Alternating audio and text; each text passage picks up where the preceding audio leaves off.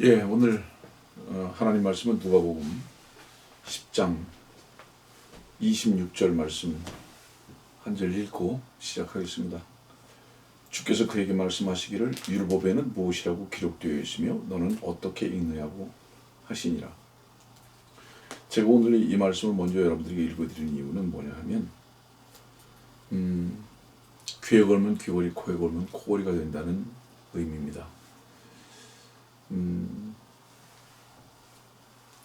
법은 성문화되어 있는데도 불구하고 판사들의 자기 주관적인 판단에 의해서 동일한 사건도 다르게 판결하는 것을 우리는 종종 보게 됩니다. 오늘 주님께서는 누가복음 10장에 기록되어 있는 것과 읽는 부분에 대해서 말씀하십니다. 이 말씀은 무슨 뜻이냐면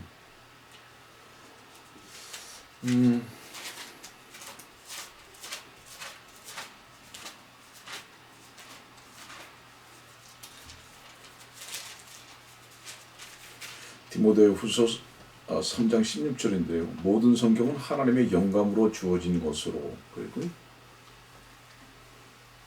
그러니까 모든 성경은 하나님의 영감으로 주어진 것이다. 이렇게 기록됐어요. 하나님의 영감으로 주어진 바로 그 말씀이 기록됐습니다. 그대로 기록된 거죠. 근데 문제는 뭐냐 하면 그대로 읽지를 않는다는 얘기입니다. 오늘의 말씀의 뜻은 어떻게 읽느냐. 하나님의 한 영으로서 그 영이 주시는 조명으로 읽지 아니하고 자기 생각으로 읽고 해석한다, 이 말씀 지금 하고 계신 거예요. 대상이 누구냐 하면 25절에 있는 말씀이 대상입니다. 한 율법사가 일어서서. 어떤 면에서는 지금 이 시대에 바로 이 부분이 가장 큰 문제라고 해도 과언이 아닙니다. 예를 든다면 하나님께서 사람들에게 율법이나 양심을 주신 그 뜻이 그대로 지켜 행하라고 하나님의 그 뜻이 그렇게 기록된 것으로 오해해버린 것입니다. 하나님께서 양심을 주신 것, 하나님께서 율법을 주신 것은 우리로 하여금 그대로 살라고 하는 것이구나라고 그렇게 읽고 해석했다는 뜻입니다. 그래서 율법사는 바로 그렇게 해석한다는 겁니다. 근데 하나님께서 말씀을 기록하신 의미는 그대로 살으라고 주신 것이 아니라 그대로 살 수 없는 존재인 것을 발견하라. 그래서 성경을 보고 하나의 거울로 삼아서 말씀의 물로 씻을 수 있도록 말씀으로 나가는 것입니다. 이게 주님께서 우리들에게 요구하시는 거거든요. 근데 사람들은 거의 절대 다수가 하나님께서 말씀을 기록하신 그 뜻이 무엇이냐 그대로 살라고 하신 것이라고 생각한 것입니다. 오늘 의도하지 않게 복음을 전하는 것으로 시작하는지 모르겠지만 히브리서 10장의 말씀은 이렇게 말씀을 하십니다. 1절 보니까 율법에는 다가오는 선한 것들의 그림자는 있으나, 그래서 율법을 다루고 계시거든요. 그런데 그 율법을 다루시는 그 끝에 이제 뭐라고 말씀하시냐면 이렇게 말씀하세요. 7절입니다. 그때 내가 말씀드리기를 오 하나님이여 보소서 두루마리 책에 나에 관하여 기록된 한 것과 같이 주의 뜻을 행하려고 내가 왔나이다 하였노라 하셨도다. 이 말씀을 히브리서 10장 1절의 율법을 말씀하시다가 7절에 하나님의 뜻을 행하려 왔다 하는 이 말씀은 왜 7절에 기록하셨을까요? 너희들에게 율법을 준 것은 너희들이 율법을 지키려고 준 것이 아니라 지킬 수 없음. 다시 말하면 죄인인 것이 발견될 게 분명하기 때문에, 그러기 때문에 너희들이 하나님의 요구에 따라서 그대로 살 수 없는 존재라면 그러면 결과가 뭔지 아느냐? 그 결과는 히브리서 9장 27절입니다. 죄의 삭은 사망이거든요. 그래서 죽는 것은 사람들에게 정해진 것이고 그 뒤에는 심판이 있다. 이 말씀을 히브리서 9장이 기록하시면서 율법으로 넘어가서 말씀하시는 이유가 뭔지 아십니까? 너희들이 죄를 발견하고 그 값으로 인해서 죽는 이유가 뭐지 아느냐? 율법 스스로를 너네들이 지켜 행하려고 하는 바로 이 오만 때문에, 바로 이 오만 때문에 너 잘못했다, 잘못 이해했다. 주님께서 내가 왜 왔는지 아느냐? 너희들이 할 수 없는 것을 내가 대신 이루려고 온 것이다. 지금 이 말씀을 히브리서 10장에는 7절 말씀에 기록하신 겁니다. 다시 말하면 이거예요. 너희들에게 행하라고 율법을 준 것이 아니라 나는 행할 수 없는 죄인이구나라는 것을 알아서 하나님 앞에 항복하고 바로 주님을 가난한 마음으로 찾으라고 바로 그 율법을 줬다. 이것이 율법을 주신 하나님의 뜻이다 이 말이죠. 다른 곳을 한번 찾아보겠습니다.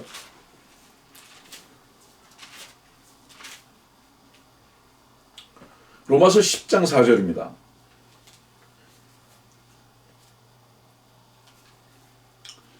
어, 10장 2절부터 내가 그들에 대해 증거하노니 그들에게는 하나님께 대한 열성은 있으나 지식을 따라 든 것은 아니라 이는 그들이 하나님의 의를 모르고 자기들의 의를 세우려 함으로써 그들 스스로 하나님의 의에 복종치 아니하였음이니라. 그리스도께서는 믿는 모든 사람에게 의가 되시고자 율법의 끝이 되셨느니라. 뒤에서부터 해석을 좀 하겠습니다. 율법의 끝이 되셨다는 이 율법의 끝은 뭐냐면 마침이 되셨다 이 말입니다. 다시 말하면 율법의 요구를 완성하셨다는 의미입니다. 율법의 끝이 되셨다는 거. 다른 조금 쉽게 표현 드릴게요. 이제 끝났어. 이것은 어떤 일의 종결을 말하는 것만이 아니라 어떤 일의 완성을 의미하는 것입니다. 그래서 여기 지금 로마서 10장 4절에 율법의 끝이 되셨다는 것은 뭐냐면 이제 더 이상 너희들이 율법을 이루어서 의롭게 될 필요가 없게 되었다. 끝. 바로 그 요구는 끝. 난 이제 더 이상 그 요구를 할 수 없다. 이유가 뭐냐? 그 율법의 요구를 완성했기 때문에. 이렇게 동시적인 의미에서 지금 로마서 10장 4절의 말씀을 기록하고 계신 겁니다. 그런데 문제는 뭐냐? 하나님의 그 의를 모르고 자기들의 의를 세우려 하는 것에 대해서만 관심이 있더라. 다시 말하면 내가 율법을 지켜서 의롭게 돼야지. 여기에만 관심이 있더라 이 말입니다. 이것이 거의 모든 사람들의 오해입니다. 그래서 그 사람들은 오늘 누가복음 10장에 있는 말씀과 같이 어떻게 읽느냐?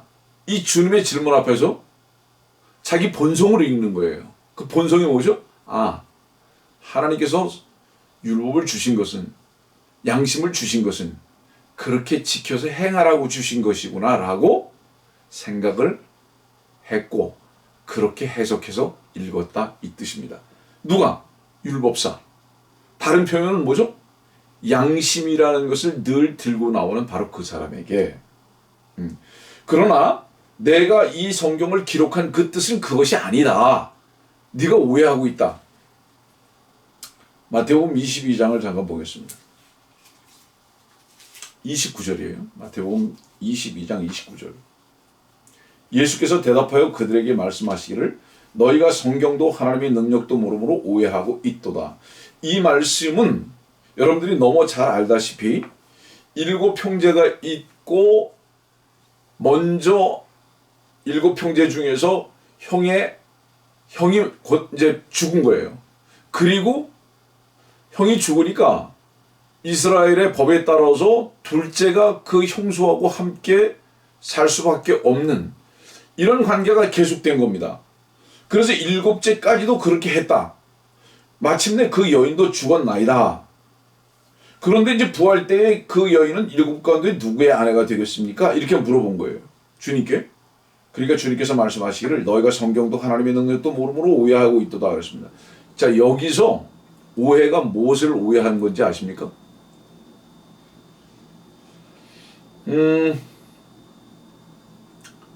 영적인 것을 육적으로 해석했다 이 말입니다. 이 오해가 바로 그걸 말하는 겁니다. 영적인 것을 육적으로 해석했다 이 말입니다.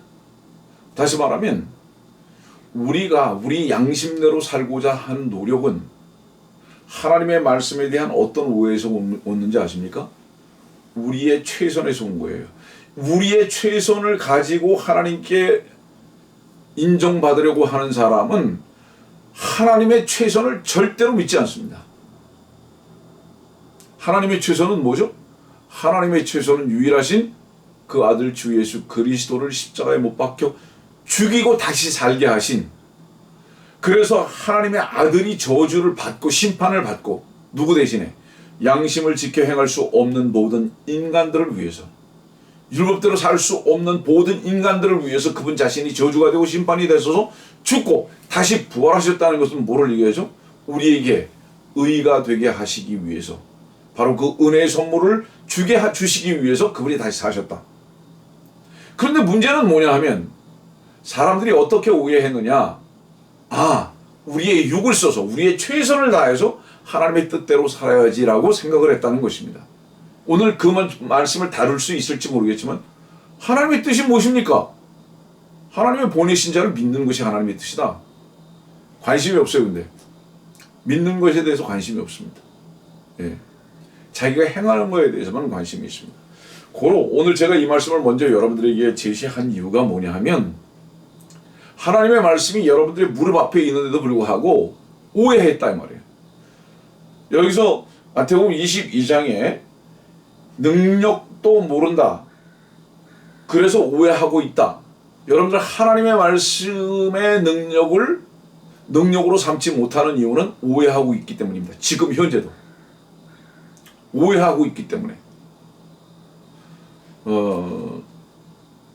다시 말하면 무엇이 능력입니까? 바람이 부는 곳에서 언덕 위에서 부르는 것은 찬송이 아니라 노래라고 그럽니다. 그냥 흥얼거림이라고 말하는 겁니다. 그러나 감옥에서 하는 것은 찬송이라고 하는 것입니다. 일반적으로 자기 기분에서 취해서 하는 것은 찬송이 아닙니다. 그거는 그냥 흥얼거림입니다. 그러나 찬송은 뭔지 아십니까? 상황에 상관없이 하나님의 말씀의 능력으로 말미암아 위로를 받고 그 말씀 하나 때문에 기쁨을 찾아서 그 10년 깊은 곳에서부터라고 말씀드리는 이유가 뭔지 아세요? 상황과 상관없이 10년 깊은 곳에서부터 주님을 높이는 것이 찬송입니다. 이게 찬양이에요. 바로 이 능력이 있느냐 이 말입니다. 늘 말씀을 드리지만은 여러분들 보세요. 살아있는 새는 절대로 만유인력의 법칙에 적용을 받지 않습니다. 살아있는 새는 땅에 앉는 이유가, 잠깐 설명드릴게요. 살아있는 새는 앉을 수는 있어도 떨어지진 않습니다. 무슨 얘기인지 아십니까? 앉는다는 것은 목적이 있습니다. 떨어지는 것은 목적이 없습니다. 끝났어요. 주의 말씀의 능력을 가지고 사는 증거가 뭔지 아십니까? 땅에 떨어지지 않아요. 앉을 수는 있습니다. 이것은 무엇을 의미하는 것이냐 하면, 우리가 그리스도의 능력을 가졌다면, 주의 말씀의 능력에 의해서 살아간다면 우리는 죽은 자의 위치에 있지 않습니다. 여러분들 죽은 것과 산 것에 대한 차이가 뭔지 아십니까? 이 세상은 이미 다 심판받았습니다. 우리는 구원받고 거듭나기 전에는 이미 죽은 자의 위치입니다. 여러분들 성경이 이렇게 말씀하셨잖아요. 산자의 하나님이라고 말씀하셨잖아요. 여러분들이 지금 만일에 하나님의 능력을 안다면 그 사람은 산 사람입니다. 내가 살아있는지, 다시 말하면 구원받고 거듭났는지 아니면 죽어있는 존재인지 어떻게 여러분들이 확인해 보실 수 있는지 아세요? 억울한 일이 있을 때 분노가 생겨서 잠 못 잔다거나, 슬픈 일이 있을 때 눈물만 흘린다거나, 이 사람은 죽은 사람입니다. 그러나 산 사람은 어떤 사람인지 아세요? 그러한 여러 가지 환경 속에서도 능히 하늘을 보고 소망을 가질 뿐만 아니라 주의 말씀의 능력으로 말미암아 단순한 위로가 아니고 오히려 기뻐하고 찬양하고 예, 감사할 줄 아는 바로 그 사람은 산자입니다. 그런 사람은 어떻게 자기가 살아있는 것을 아느냐? 아, 나는 죄와 상관없구나. 왜냐면 죄의 시작은 사망이거든요.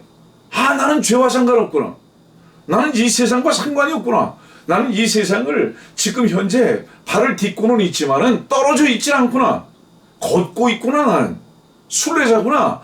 이 세상이라는 이 땅에 떨어져 있질 않구나. 난 죽어 있질 않다 이 말이에요. 우리는 기회 있을 때마다 날라야 합니다. 이 세상과 상관없어야 된단 말이죠. 그런데 죽어있는 자들의 특징은 뭔지 아십니까, 여러분들? 움직이지 않아요. 그건 죽어있는 것입니다. 당신이 구원받고 거듭난 사람으로서 산자의 하나님을 확실히 알고 있다면, 산자의 하나님을 아는 사람은 그 사람은 산 사람입니다.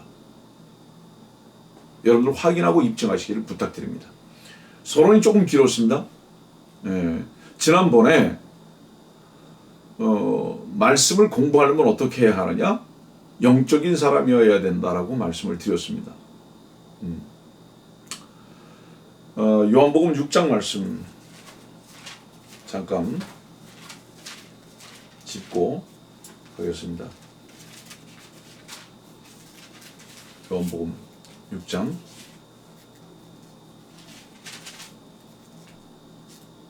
63절. 살리는 것은 영이니 육은 전혀 무익함이라. 내가 너희에게 한 말들은 영이요 생명이라. 주님의 말씀은 영이요 생명이라 이 말입니다. 예. 그러면 주님의 말씀이 능력이 되기 위해서는 그 사람이 영적인 사람이 되어야 한다 이 말입니다.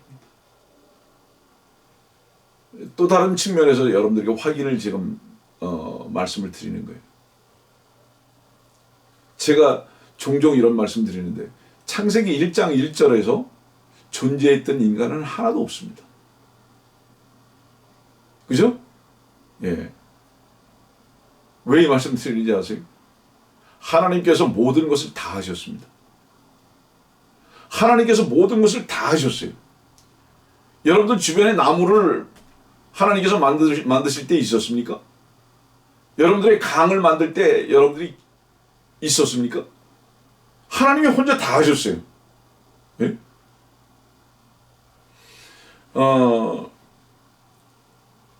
오늘 요한복음 6장은 그렇게 말씀하시잖아요.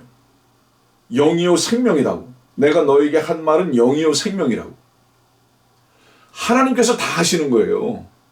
육은 전혀 무익합니다. 육은 어디에만 쓸 수 있는지 아세요? 죽는 일을 하는 것만 쓸 수 있습니다. 이유가 뭔지 아십니까? 이 육은 저주를 받았기 때문에. 그래서 이 육을 가지고 할 수 있는 일은 저주를 쌓아가는 일 외에는 할 수가 없습니다. 하나님의 살아계심을 입증하면서 살 수 있는 사람은 영이요 생명 안에서 바로 그 영과 생명을 누리고 그 영과 생명으로 살아갑니다. 바로 그 능력으로 살아간다 이 말이죠. 그러면 다시 확인시킬게요, 여러분들. 하나님의 말씀의 능력이 여러분들에게 능력이 되고 있습니까?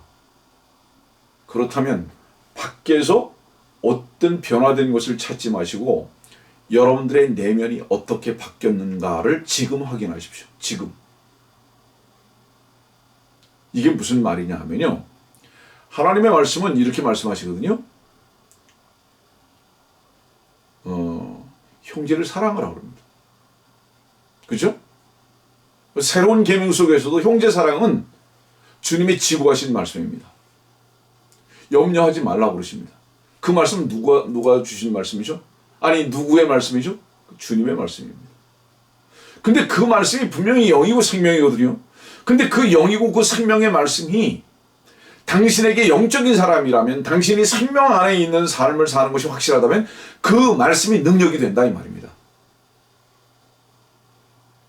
육을 사용해서 몸부림치는 사람들이 아니고 하나님의 말씀인 이 말씀이 영이고 생명이기 때문에 육은 전혀 무익한 것을 알기 때문에 이 육을 쓰지 아니하고 육을 포기한 사람은 영과 생명으로 사는데 그 영과 생명으로 사는 바로 이것을 어떻게 입증받을 수 있느냐? 하나님의 말씀의 능력대로 당신 안에서부터 변화된 것이 확인이 된다 이 말입니다. 다시 말씀드릴게요. 확인하십시오. 예. 우리는 형제 사랑 못합니다. 늘 계산만 합니다. 여러분들 가까이 사귀고 있는 사람들을 보십시오. 좋을 때는 사랑하고 사랑을 받는 것 같습니다. 그런데 관계가 악화됐을 때 그 서로 나누던 사랑의 교제가 사랑인지 아니면 거래인지 확인할 수 있습니다. 감히 이렇게 말씀드립니다.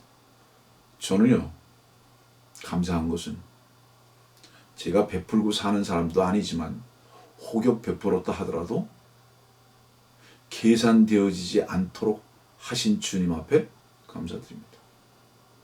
예를 들어서 제 마음 가운데 이런 계산이 안 생기는 거예요. 내가 어떻게 했는데 그 계산이 안 생기는 거예요. 그것은 왜 감사할 조건이냐? 주의 사랑으로 했구나. 주의 영과 주의 생명 안에서 섬겼구나. 그런데 육신을 사용해서 사랑한 사람은 반드시 좋지 않은 일이 있을 때는 이렇게 계산하면서 생각합니다. 내가 어떻게 했는데 이렇게 됩니다. 그 사람은 주의 영으로 사랑하고 생명 안에서 섬긴 게 아닙니다. 그 사람은 영을 쓴 것이 아니라 육을 쓴 것입니다. 그것은 주의 사랑을 모르고 육신의 사랑만을 가지고 나눴던 것입니다. 이것은 주님의 기억하신 바 될 수가 없습니다. 그래서 그리스도 안에서는요, 주고받음이 없습니다. 주는 것도 받는 것이기 때문입니다. 이유가 무엇이냐? 우리는 우리의 것으로 누구에게도 줄 수가 없습니다. 우리의 것으로는 누구에게도 줄 수가 없습니다. 주님의 것으로만 나눌 수 있습니다. 아멘. 참으로 그렇습니다. 그런 복된 나눔이 우리들 가운데에 있어야 할 줄로 저는 믿습니다. 그래서 요한복음 6장을 지금 여러분들이 읽어드렸는데, 성경은 이해나 학식이나 연구를 필요로 하는 것이 아니다. 성경은 하나님의 말씀으로서 영과 생명에 속한 문제라는 것을 먼저 여러분들에게 말씀을 드리면서, 지난번에 이렇게 말씀드렸잖아요.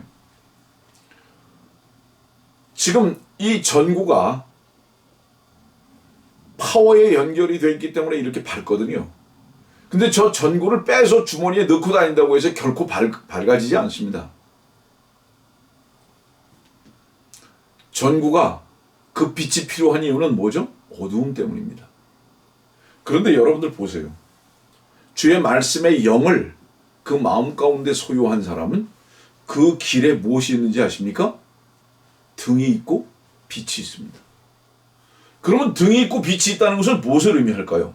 지금 이 시대에는 성경에 분명히 어두움이라고 말씀하고 계시거든요.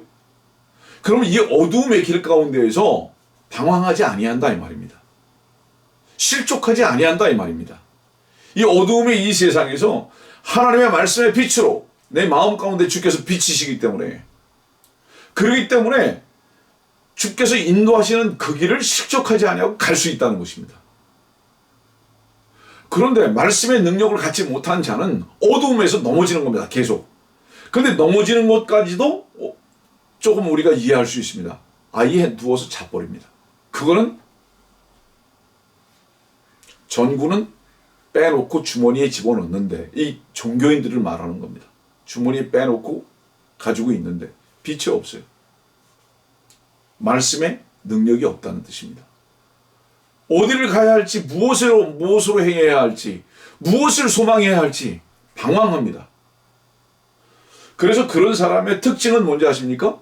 항상 그랬기 때문에라고 말합니다. 핑계죠. 무슨 일 때문에, 누구 때문에? No.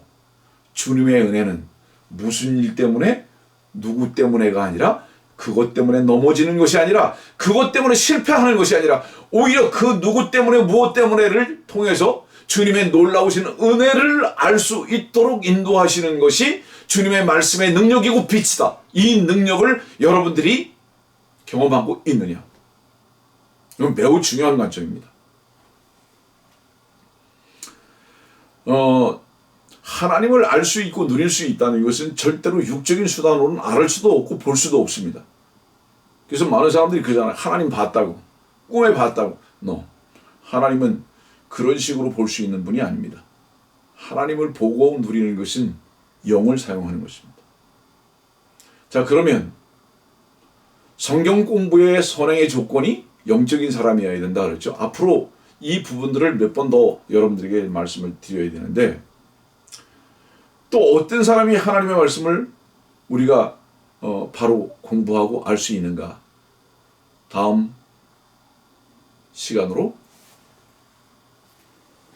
넘기겠습니다. 그래서 다음 시간에 2교시 때 다시 이 부분을 다루겠습니다.